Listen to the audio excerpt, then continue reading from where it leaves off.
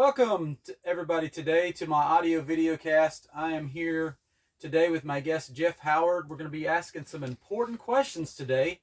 And some of those questions are things that have to do with why are some people more generous than others? Why do people who have less give more? What motivates people to be generous? Are generous people just a product of their environment, or are there other factors that play a role that are beyond our understanding? Could generosity be motivated by a spiritual force, or does it just come naturally? And I'm here today with my guest, Jeff Howard. Uh, I call him Howie, as do most people call him Howie. Howie, how are you doing today, man? I am groovy. Good, man. Glad you're here today with me. Howie is one of my best friends. I would say, actually, me and Howie are more like brothers. Yes, brothers from a Brothers. different mother. Brothers from another. brothers. Yes. Brothers from another mother. Yeah. We have Yep. known each other for, how long do you think we've known each other, Howie? I think it's been like 20 years, maybe. Yeah, I guess something like that. Time flies when you're having fun, I guess. Yes, it does. So you don't keep up with dates, but it's been a long time. Or as my English teacher said, time's fun when you're having flies. When you So I'm glad you're here, Howie. You know, me and Howie have been friends a long time. Oh yes. I think probably near half my life now, and we've shared a lot of good memories together. We've seen a lot of things in our lives, and I'm here today. Howie's probably one of the most generous people that I know. He is. Howie's one of those guys that if he hears that you have a need, you better watch out because it's going to get met. He's that kind of guy. He can't help himself. So I think I can think of one time in particular where I was like, I really like this bookcase right here, and I think I'm going to get it. And the next morning or a couple of days later, I show up and the bookcase is sitting in the living room. So Howie's one of those kind of guys. I would say he's one of those guys you got to watch what you say around him, because if you have a need and you mention it, then it might just get met. Yeah. And so he's here today. Like I said, he's one of the most generous people I know. Great guy, great personality, good conversation. Anytime you want to sit and talk about what's going on in life and topics of today, you can get into some really cool conversations with Howie. And so I'm gonna actually just say, Howie, will you tell us a little bit about yourself, what you do for a living, your background, and what are some of your passions and goals? Well, I originally born in Wichita Falls, and that place still has a special place in my heart, and it's where I had a lot of fun young memories when I was a kid. But seasons change. I grew up in Denison, went to high school in Denison, Texas, and so I've lived in the area most of my life, and so I live in Oklahoma now, but. But yes, I've single, always been single. No kids. At the moment, I've been content with that. And I've focused a lot on my faith, and we all have struggles, but my faith is what's helped me to be content right now with who I am and where I'm at. And but I work in a factory, and been doing that for 16 years. Before that, I did Chick-fil-A for 10 years. And that, I really enjoyed my time there. So, but yeah, I really have no issues talking to strangers, making conversations with strangers. Sometimes it's positive. A lot of times most of it's been pretty positive, whether the conversations make sense or not. Yeah, that's a good thing. But anyway, so. Yeah, I would say Howie's one of those guys that there's really no strangers. I think I think it's too because probably what he's been through in his life.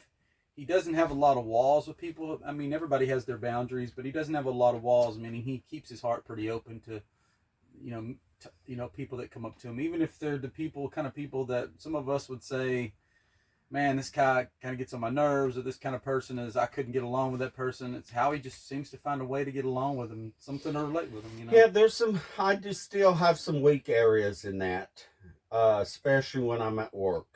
That's where that's my learning ground. We're all that just reminds me I'm not perfect, that none of us are, and we all have room to learn and grow. So my goal is to be at one. How I am outside of work is how I want to be at work. Mm. And at the moment, it's challenging. Yeah. So, It's hard to do that. I guess, what is it? The camouflage mm-hmm, personality. It's hard to do that in some, because, mm-hmm. we wear different hats, wherever we are. When it comes to work, I am very uh, realist. I'm very pragmatic, but I'm also structured. And so when things are not, with less structured, that's where I have a challenging time of getting upset. Mm-hmm. So I'm not like this outside of work. So that is one area that I can work. It just says, I've got to learn, you know, um, how to balance it. Right. Yeah. I think that balance is very important in life. I mean, otherwise, you get those situations where people do take advantage of your, Mm-hmm. your generosity, take advantage of who you are, what kind of person you are. Um, so what are some of your like passions and goals right now? What do you see yourself in the future? You got some things in the future you're looking to do? Well, one of my passions, we'll start with that. I love reading. I love reading specifically biographies, Mm. and sometimes, yes, tragedies. Now that might sound very depressing, and which is what I've been doing lately. Not and believe me, it will make some people depressed, or why are you obsessed with tragedy stories? Because it's interesting to see how healing begins in the lives of these Yeah. people that have endured tragedies, and how they overcome it. And some haven't overcome it, some still treading through it. But whether or not they find the grace and the strength to endure it, and how they, some people succeed in it, some people fail. But regardless of whether you fail or you succeed, we are all still loved by the Creator, Mm-hmm. I agree with by that. the One, and we all still have that need to be loved and be shown compassion, and to reach out. Do you think that plays into your generosity with people? The fact when you read those tragedies and you read those things about people, does it play into your life? You think play into Yes, how you? I've had a big challenge in that area myself, being carjacked. Um, and you know, I it it was very unbelievable. It was hard to believe that that even happened. I survived it. Yeah, incredible Even story. though he had threatened to shoot me, I had survived it. But I never really looked at his face, and I think that's what helped me be able to move on, that and my faith. I knew I was going to die, and I was trying to prepare my mind for death, which is Mm, incomprehensible for mm, and wow. somebody, um, but at the same time, people say you have every right to stay angry at that man. I refused to testify against him. I would not go to a court. Uh, I could not hate the man, because what was reminded me in my spirit was, here is a man who is late middle age, in his 50s, that's been in and out of prison. Who knows what his home life was like, but obviously he's never been loved or know what's it like to be loved. And what I mean by love is not, is valued. Right, right. Um, and so I survived, and that was a gift. That was a Holy Spirit thing. There's no other way I could Right. tell it. Some It's people a say it miracle. was a coincidence, that you are like miracle coincidence. It was a Holy Spirit uh, event, is how I had to look at it, and I chose to look at it. People choose to believe when things go right or wrong in certain things. I choose to believe it was the Holy Spirit, that my time wasn't completed, but there's still more. Because it could have gone south real quick, man. It could have Yes, been it worse. could have been. You talked about during just mentioning him being hijacked in his car. How he told me about that story, incredible story. He told me about him trying to escape the vehicle at one point, and you said that your foot got caught in the seatbelt, right? Not my hand, my arm. Your arm, yes. When I'd opened the door, and believe me, that wasn't, I didn't think before I did it. I think that was the Holy Spirit prompting me. It just happened. It happened so fast. I just opened that, undid the seatbelt without him looking, and I was able to, I just did it without thinking. And then to get your arm caught up my in there. arm got it's caught, like, oh no. and he dragged me across the bridge before I could get my arm out. And I rolled, and when I rolled, my shoes came off, went over the bridge, and landed on a passing car. I couldn't fathom what they must have thought. Yeah. 2 shoes just falling on the car in the middle of the night. You're just driving. They wondered, they were like, did I hit a person? Oh, no. Yeah, I know. You see the shoes, but you don't see the person. You don't see a person. I hit him so hard, I knocked him out of their shoes. And so I got the police there, and they took me to my uncle, and it was funny, because he was like, let's stop and look for your shoes. Oh no, Uncle Ray, I got more pressing issues than to find my missing shoes at the moment. But the humor is what I needed. Yeah, you need humor in those situations, yeah. But I was going also through a depressed time.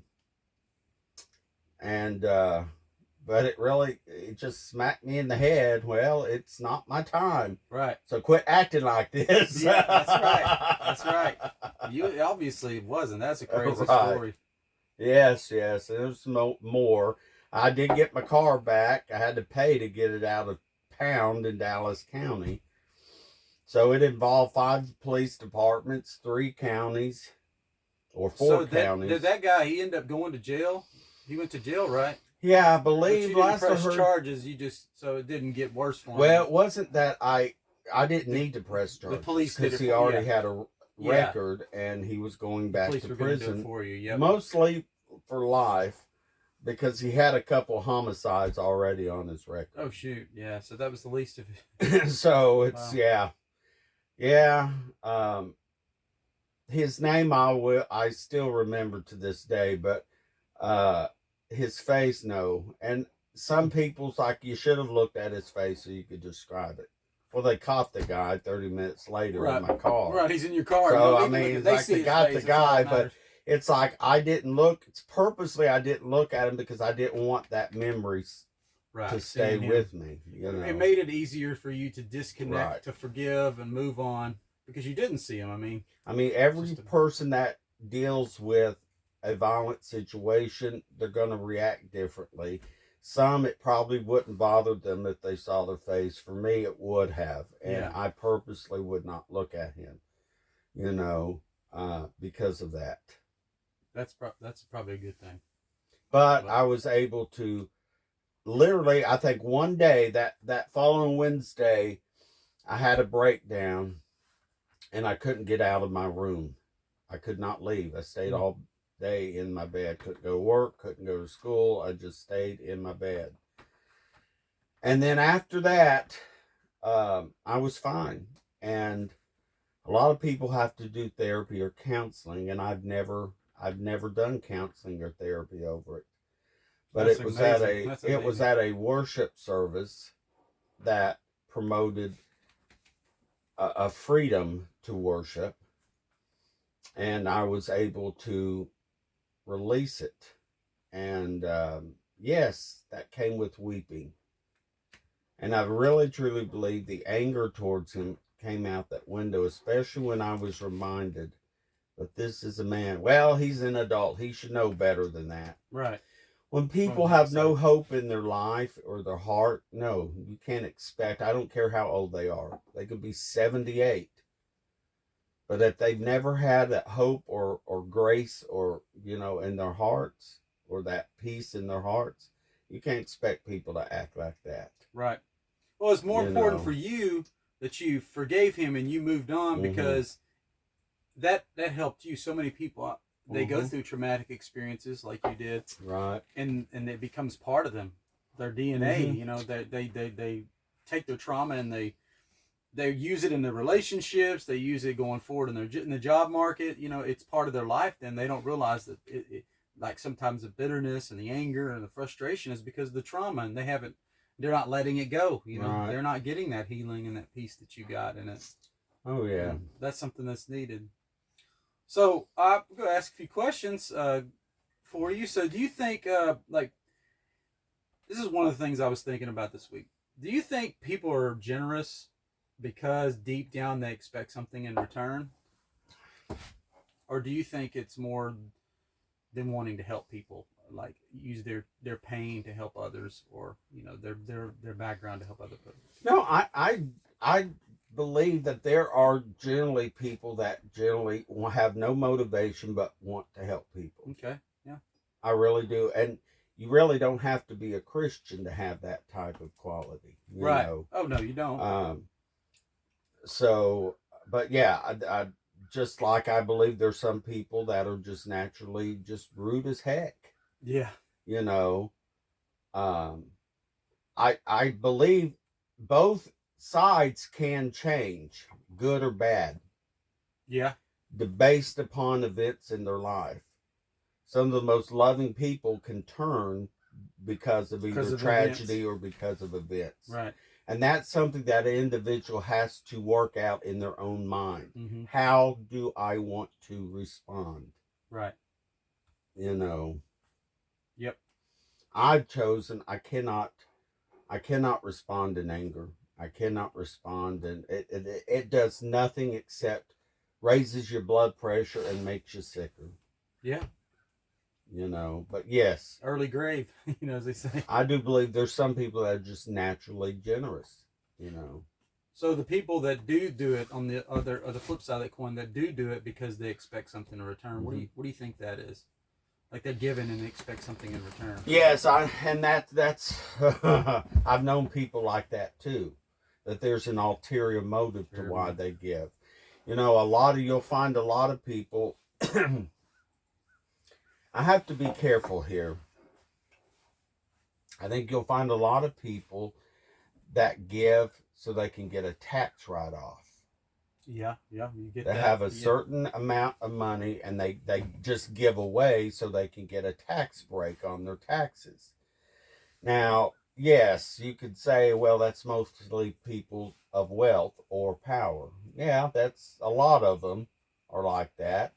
A lot of them seen the system and knows how it works. I'm not denying that, but not every wealthy person, like I said, is like that. Right, right. Um, so I think that would be an unjustly analysis. Some people would like to Right. put all wealthy Mm-hmm. people. All wealthy people are Mm-hmm. just, but they don't Yeah, see that's another stereotype. Is some people would love to put all wealthy people in that category. Yeah, And no, but they don't see you can't. sometimes wealthy people. What I've Mm-hmm. seen in reading articles, a lot of articles about this, is that they give behind the scenes without anybody knowing. They don't Mm-hmm. want people to know that they're giving large amounts of money because they don't want credit for it. And that's what I try to do. I mean, obviously, I'm not wealthy, but I try to do this under the radar. You know, not make a big deal about it. Um, but yeah, there are ulterior motives why people do that. Some people do it so they can get in favor with certain groups, Yeah, or to get a praise, pat on the back, get recognized. There's that category, which I strongly despise. You know, always working their way to the top. Kind of attitude. mm. But then and that type of group is very challenging not to just want to get mad at. Right. You know, but I normally don't hang around those type of people too long because that drags you down. Right. When you see a facade or a mask that people put up, and that's a form of a mask. You almost think it's better for them just not to give at all. Right. It's like, why they, even give? And then like in certain charities or churches, whoever gives the most has the greater say of the direction of where like it goes. And I'm like, that's not good either. That turns me off too. There are some charity organizations out there I can't support because of that. Because I've seen a dark side of how they, of where it goes. And the same with some ministries too. And no, I'm not going to start naming names here. If you do, Howie, we'll delete that part out. And you'll start saying, and then people are, and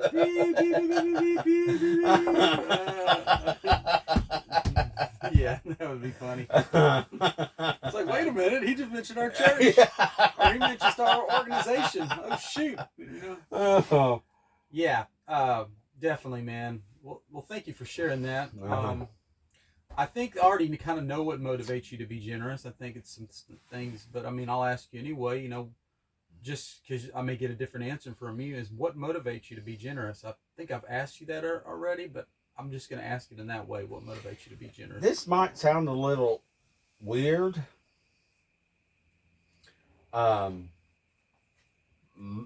Me personally, I almost think I was born with it. In other words, I think it was hereditary. My mother was a giving person. I did not know that. And there was times where, even though in my rebellion, I wanted nothing to be like either of my parents. I wanted to be my own self and my own identity. But giving is a good quality. It really is. Now, it might frustrate others because you give everything you have away. Yeah.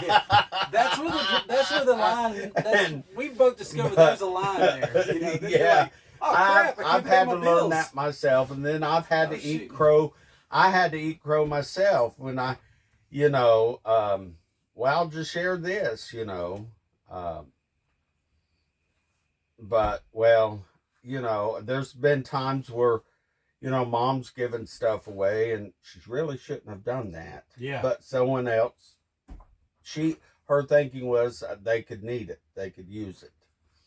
And I've done the same thing. I sit here and tell her, well, you shouldn't have done that. And I've done the same thing. Don't do that, Mom. And then next thing I do it. So I don't really have much room to, that kind of brings me down to, more of a humble level, to rethink. And well, it helps you create those boundaries too. Yeah, Realize, okay, I got to think a little bit about. I got to think a little bit about what I don't give away the farm. Boundaries are not an excuse not to give. That's what I do believe that if you do have, if you feel like you need to give, like I think that's something too. If you feel like you need to, your heart gets moved to give, then give. But you also got to check it with what you got in your bank account. You're right, that's true. Now, I said hereditary, but also at the end of the day, it was a choice that I made. Yeah. And it is for any one of us and every one of us. Ultimately, it's a choice. To me, in this life, now, things might have been different had I been married and had kids, I don't know. But material things will not and cannot make you permanently happy. And I say permanent, and I stress permanent, because material things can make you happy. Yeah. But for a season. All right. If you don't have people in your life to share it with, I mean, what are you going to do? A stove or a trailer or a new car is going to make you feel better and laugh at you and tell you jokes, and you can't have a conversation with the car, or but material things are silent, and it can make a person lonely. Yeah. I mean, yes, it'll make you happy for a season, but then seasons pass. But they're looking for more there. Yeah, to me, the most important thing is relationships. Yeah. and people. And so material things is not necessarily, we all, even me, I wouldn't say covet, but I think there's times where there are material things we want. And some people, they want them to either share with others, and some they want them because they want to keep up with the quote Joneses, you know. Mm-hmm. But keep up with the status quo. Yeah, I've never been one for I want the latest technology, you know. Yeah, me neither. I don't have to have the latest technology, or you know, um, or the newest furniture or whatever, you know, or the latest fashion in clothing, or the latest nose ring. Yeah. What, we're not going to get piercings after we're done today? Yeah, I might. Yeah, that's right. Go out on a whim and just, let's do it. Now, I don't think I would do a used nose ring, though. Yeah, might be some bacteria in there. Yeah, that's one area where it has to be new. Yeah, anything that involves, you know, tattooing or piercing, it needs to all be clean and new, fresh. No hand-me-down, no garage sale tattoos, right. No garage sale piercings. You know. This is my great grandma's nose ring. I'm passing it down to you. You know. Actually, it used to be earring, but it's now a nose ring. I know, right? You know, we reuse things down here. We reuse them for all of it. You're like, what else do you reuse? You know? Yeah. Well, that's cool. I'm glad to hear that about you know what motivates you about generosity. So, can you tell us someone in your life who is generous that some people that you talked about your mom? Yes, my mother is a big one. What's another person? Now I've met Howie's mom and I know her and she is a very generous person. And Howie does have to come back and say, "Mom, what are you doing?" Like so that people don't take advantage of her. But also, who are some other people in your life that are generous that you can think of? Well, you know, or just one person. It doesn't have to be a group. Well, my mentor who died a few years ago or passed on, he was. Yeah. And of course, obviously, BJ knows who I'm talking about, Ray. And it's not a day that goes by since it that I don't think about it. But you know, I challenge myself, you know, to listen to the wisdom that he shared, and that's what carries me through. My Uncle Bob was another one. But his generosity was more about listening and making you feel the worth that you. He was a listening ear. He was a listening. I mean, and that was something very vital that I needed in my life so much. I needed to feel like I had worth. I needed an older man to listen and to see me as I have worth. Because I never felt I had that in my life. Now, whether I learned a trade or a skill was not the point. I just needed to feel like I had worth. Yeah. You know? And so I think it's vital that we, especially people who are generosities, that we make an effort to make sure people understand that they do have worth and they do matter. And the first step is to listen. It's not to judge. It's not to give advice. It's to listen. Yep. Because no matter what the situation is, there's always something that you could bring out that is positive that will encourage them. Always. Oh, yeah. You know. So, but most people, that's the first step, listen. Yeah, I agree with that. So 100%. People are just aren't listening to other people. And I think it's in our society today in all kinds of areas. If they would sit down and just hear their side of the story and listen, it goes a long way. You know, because people will, what is the old saying, you know? They don't really care what you know, how much you know until they know how much you care. You know, and when people see, hey, oh, why you care, they'll listen to you. Even if they totally disagree with you, they'll listen to your perspective, you know? Right.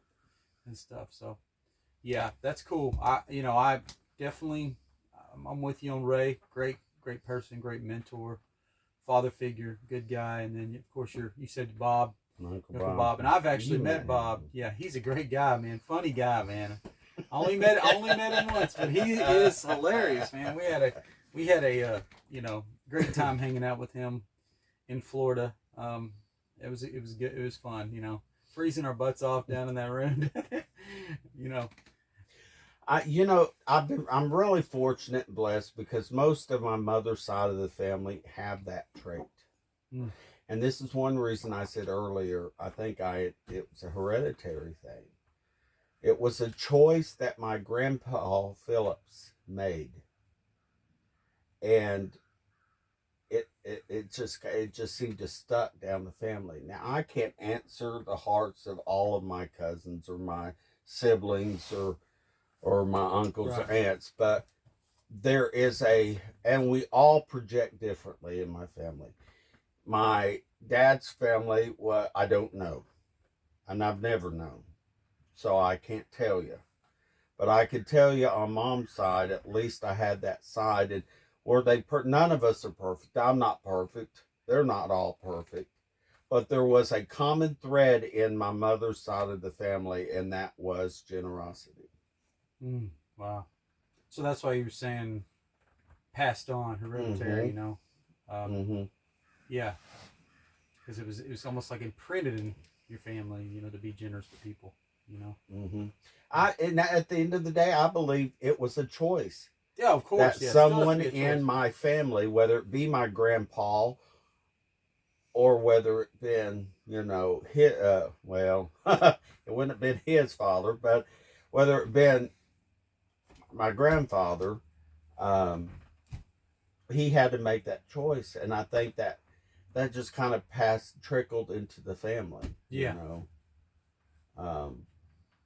His brother, my uncle, may had to make that choice too.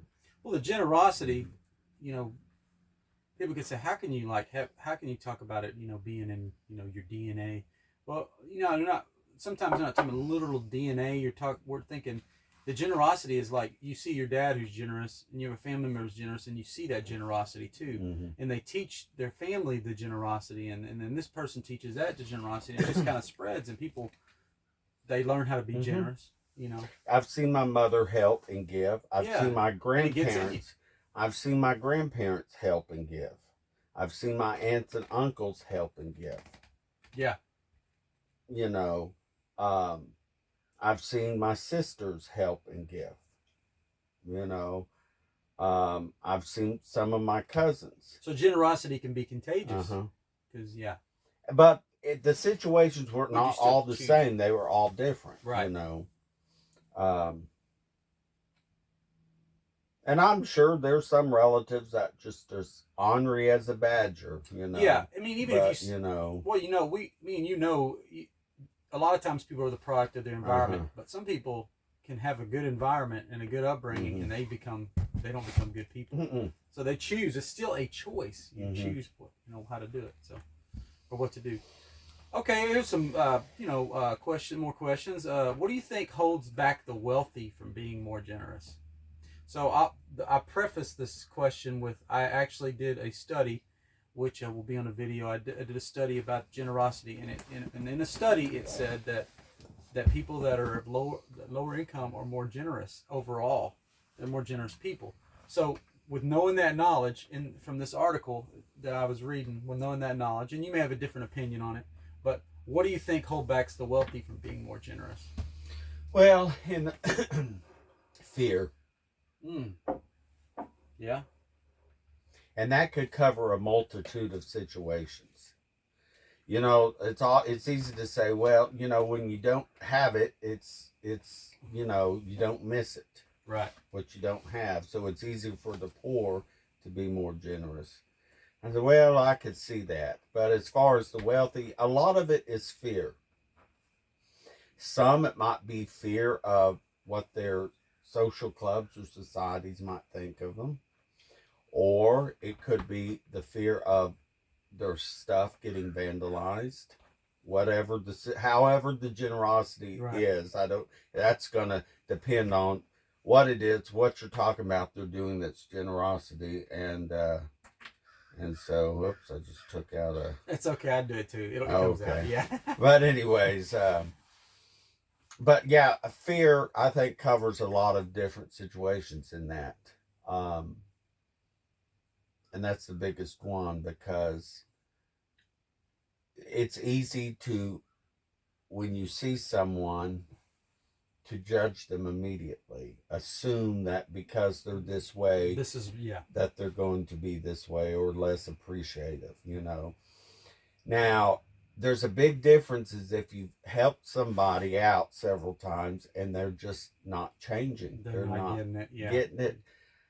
And then you're going to have to, then you either become an enabler or you just got to, cut it off. At that point, it becomes, I think, not you want to be It like don't not become- a handout, right. but a hand up. I don't think at that point it doesn't become generosity. Right. It becomes like an enabler. Yeah, at that point it's foolishness because then you're just you're giving all this money to this person and they're not doing anything with it, But I like that. I like the way you said that. Pretty quick to it, greed and that. But I think that greed it ties to. Oh, you said fear. Fear. Yeah, fear. Sorry about that. But you said fear. But I think it ties into greed and it ties into pride and all that stuff because they don't want to lose the wealth. They don't want someone to steal what they've gained, worked so hard for, and they gain. But yeah, but at the same time, you feel like by doing that, they kind of lose themselves a little bit because they lose who they are, and it makes them a person with a lot of walls. But then you think about that, and you say, what makes a person like that? And sometimes it could be events in their life. Could be something happened to them, Maybe they got robbed and they're just not. They don't want to. They got robbed, or they've had love is a very tricky situation. Now I'm going to talk about the other kind of love. We were created to be loved by somebody, to have relationships with people. Now, when you get romantically involved or you have a crush on somebody and they're either not interested or they hurt you and you don't know. I think a good example of that's the movie Great Expectations. And see how Mrs. Havisham, and I think some books it's Havisham and the movie it's Dinsmore. I can't remember now. Anyways, regardless, that lady was a very wealthy woman, but secluded, just lived a life of seclusion. And then took out her revenge on men through this young boy. He thinks that she's actually going to try to crush his heart by using this attractive woman to play him, But, yeah, it is true. Sometimes, different events, can make people that way. And then some, I've known people that have been poor for all their lives, and all of a sudden they come into money. And they turn out to be very prideful with it. Right. I got to hold on. It's almost like, and they don't help others, or the rich people holds on to it, like a rich person holds on it because of fear, and a poor people holds on. They hold on to it because of fear, But it's two different kinds. Like the rich, like I have it, I don't want to lose it. The poor, like I've never had it, I don't want to lose it. Right. This is mine. I don't want someone to steal it from me. And I'd say the only difference is the rich people that are wealthy, they know how, even though they are not, some may not be as generous, they know what to do with the money to make it last longer. As people that get it real quick, that are in poverty, it's like they can't hold on to it. The money just goes right through their hands because they've never had it. So, all right.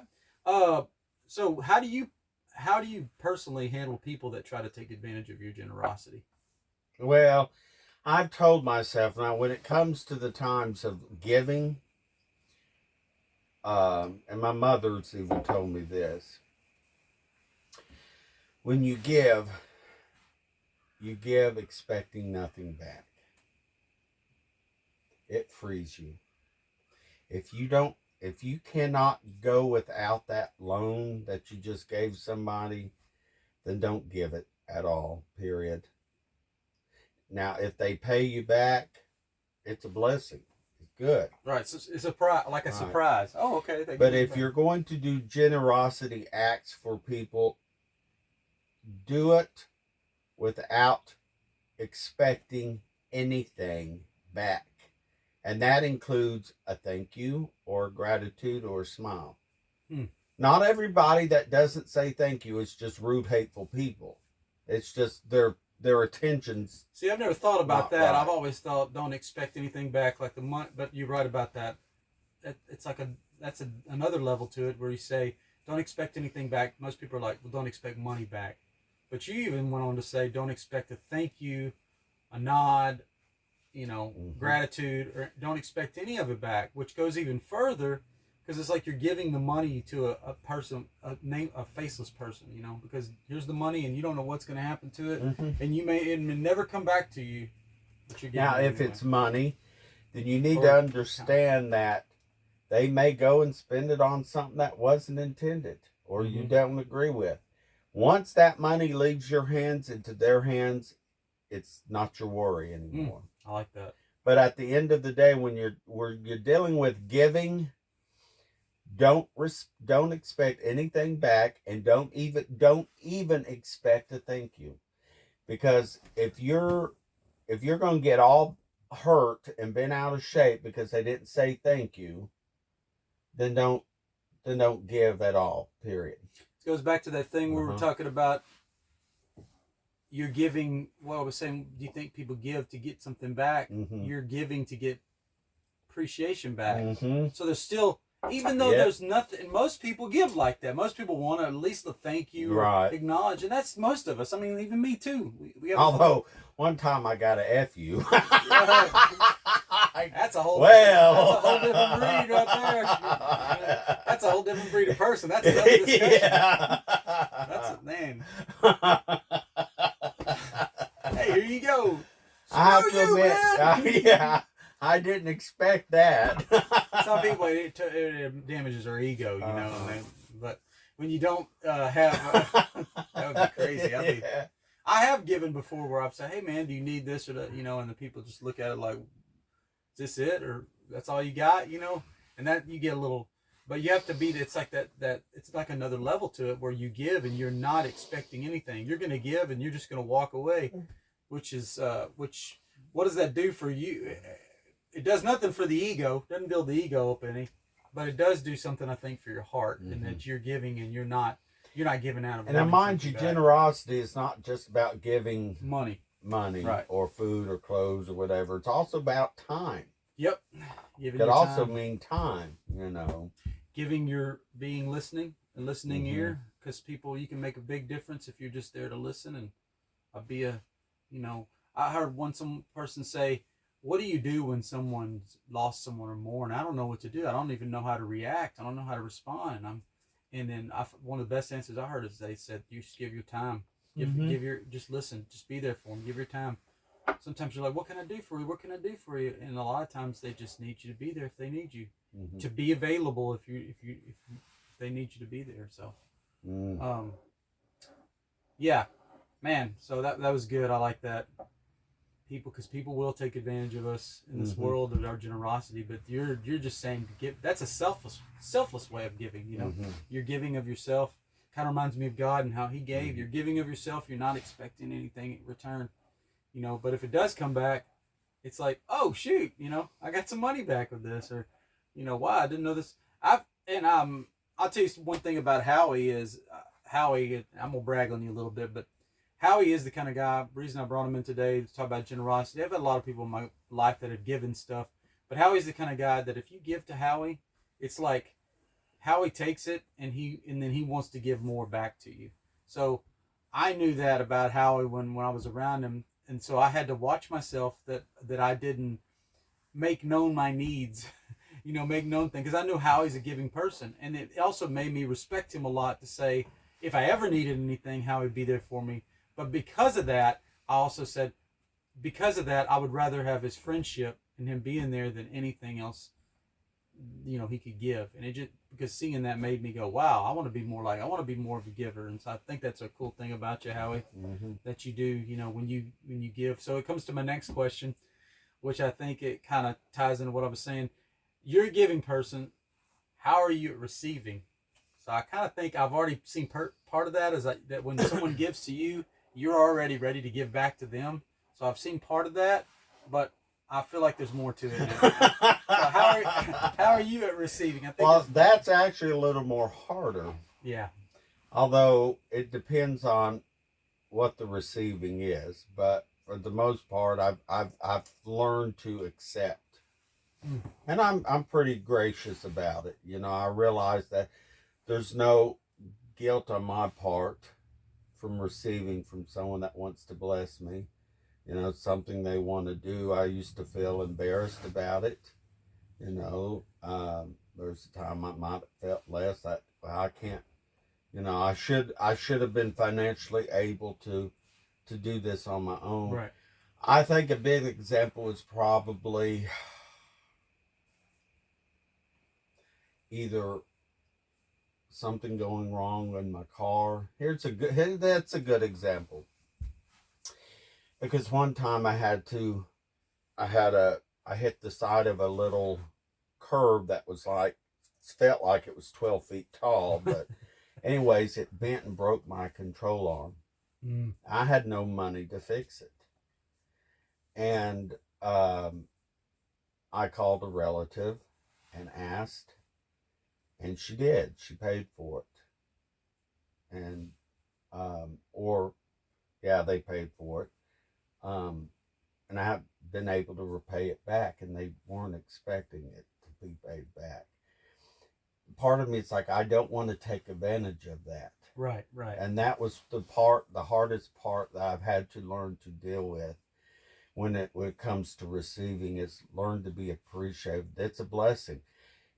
If she wouldn't have done that,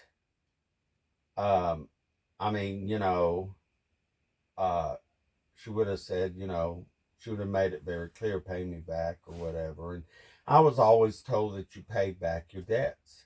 That's how my mother always tried to tell me, when you can. And that was, finances has always been a very thorny issue for me. That's one area I'm still learning in. I've been able to succeed in certain areas, and I've still got areas where I need to do better in, but when it comes to receiving help from somebody, there again, there's this pride, and I have to get rid of it, because most people that do give or want to give, whether it be money or whether it be food or whatever, to me, they do so because they want to, and I realize that. And but there was a time where it's like, oh my gosh, I don't want to take advantage of them. Right. Shrug that off. You're not, or they're gonna let you know if you are. Yeah. I'll tell you really quick. Hey, you've been asking a little bit too much. Yeah. We're not gonna help you anymore. Didn't we give you $10,000 already? The probably only exception is a giver, a person who's a giver. Yeah. They'll probably never complain about being taken advantage of. That's the whole problem. Right. Not all givers are like that. There are some givers that are strong enough to say, that's your limit. Yeah. I'm sorry. And then there's some givers that don't know that. Right. That's true. Well, it goes back to, don't let your left hand know what your right hand's doing, when you're giving, especially in giving. The beauty of humans, because we're all different and we're all unique. Oh, yeah. Yeah. If we were all the same. Regardless of our beliefs, regardless of who we choose to be with, that's exactly, whether we stay single, whether we date, whether we whatever, marry, it's learning to see through the physical and looking through seeing the people as unique. Yep. Well, and you were talking about, how I was asking about how to receive it. I also think some things I've learned, recently in my life is some of the best gifts are hurt the most, and like correction or guidance or rebuke. Some people are like, well, those aren't really gifts. That's not has anything to do with generosity. I said, but the people, like iron sharpens iron, and sometimes the people that have been in my life have said things to me that have guided me in ways that hurt my ego, hurt my emotions, but also helped me in the long run. Where I'm thinking of my life, like, if they wouldn't have said this or done this, man, where would I be? And people, friends correct me when I say something wrong, and they're like, wow, I can't believe you said that. But then I come back and I look and I'm like, oh, wow, that hurt. But yeah, he's right, or dang, I need to fix that, So there's some things, like you say, goes beyond money, goes beyond, gifts, even goes beyond time and stuff like that, that can make us grow as people. So, yeah, it's good stuff right there. So, we're getting ready to wrap this up, but I got a few more for you. So, if you could change anything about your generosity in the past, what do you think that would be? What would you do differently in your giving and your helping people? If you could change anything about it, like I would tweak this, or I would do this differently, or I wouldn't have given here, or. It'd be the wisdom of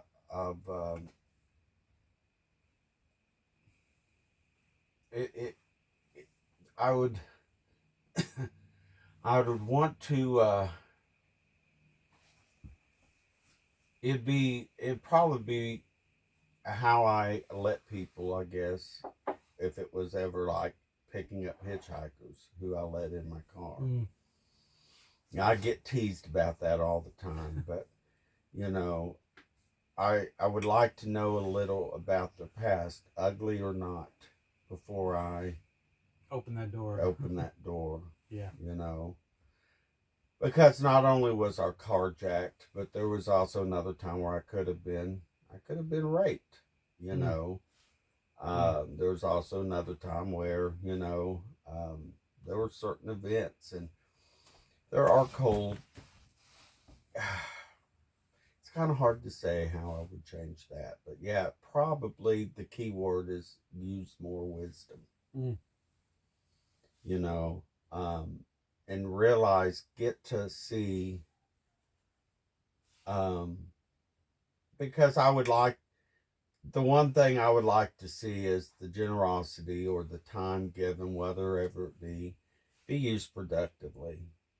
Now, I can care less about if they took the money and bought alcohol or smoke, But what I mean is that it not be, given in vain. Right. Yeah. And so probably more wisdom is what I would tweak about it, So, anyways. Okay, well, that's good. More wisdom. I'm with you on that. With especially me and Howie, we both, and it's not anything bragging about, but I'm the same way with Howie's. I've helped the homeless population out just because I've been in situations where me and my family, we were homeless, and I can totally relate, And I used to work with homeless youth, and so I've had some situations where I would do the same thing Howie's talking about, setting the boundaries and using a little bit more wisdom, because some of them encounters could have ended up pretty rough. But then there's been other ones with, especially the homeless population, where it's worked out and it's been good, and I've helped the person, get to a better place in their life, And I think Howie has too. I think he's told me some situations where he's helped people out that been down and out, and it's helped them, So, okay, so final question, and then I'll just open the floor up to you if you want to say anything else. But who do you think is the most generous person ever throughout all of history? Throughout all of history? Yeah. I don't think you can specifically say one particular person. And yes, I'm going to include Jesus into that. I don't think you could say one particular person. I really don't. I think generosity, I don't think can be measured on an individual person. Just like I don't think faith can be measured on a religion, a man-made religion. I think generosity is more of a lifestyle choice. You know, just like I think faith in Jesus is more of a lifestyle choice than it is a religion. Right. I agree with that. You know. Yeah. So in a nutshell, I really can't say, I won't say a specific person, because to me generosity is more of a choice. And I don't think you can measure that in who's the most and who's the least, you know. Right. Now, obviously, I think we were all given an example of how Jesus lived his life. I think Jesus would be an example. Right, right. But yet, I don't think you can place him, you know, at, because even Jesus had a father. Right. You know? Yeah. Yeah. So I don't think you could measure that. So anyways, that's my response to that. Okay. Really, I didn't have any, I just wanted to see what your answer would be on that, you know, because many people have different answers. You just reminded me, like, people would say, like, well, I feel like I'm generous, but a lot of comparison, like, oh, but Mother Teresa, she was generous, or this person was generous, or this person did this, and you start to compare instead of just saying, you know, it's individual basis, and you should look to people for inspiration, but to be more generous, but you can't say, like, she was better than someone else because of this, or you know, because she would probably come back and tell you, oh, no, don't do that to me. I do it because selflessly. I don't want to be, this isn't a level, you know. It's more, I did it to inspire, you know. So, anything else to add today, Howie? Anything else you got on your heart you want to share today? Or no, I think I'm good. So. Still pretty good? All right, awesome. So. Well, thank you for coming today and sharing on generosity. We'll have you back on some other topics and stuff. But yeah, I'm glad to be here. Yeah. Glad you got to see me. Now I gotta go pee. Well, that's what happens when you sit here and drink coffee and do an interview. You just, yeah, that's funny.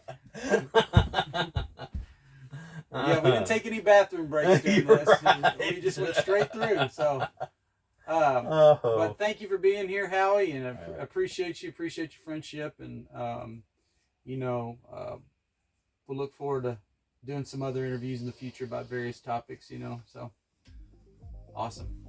All right, everybody, sounds great. Yeah. That's been our audio video cast for today. Thank you for joining us, and we'll see you next time.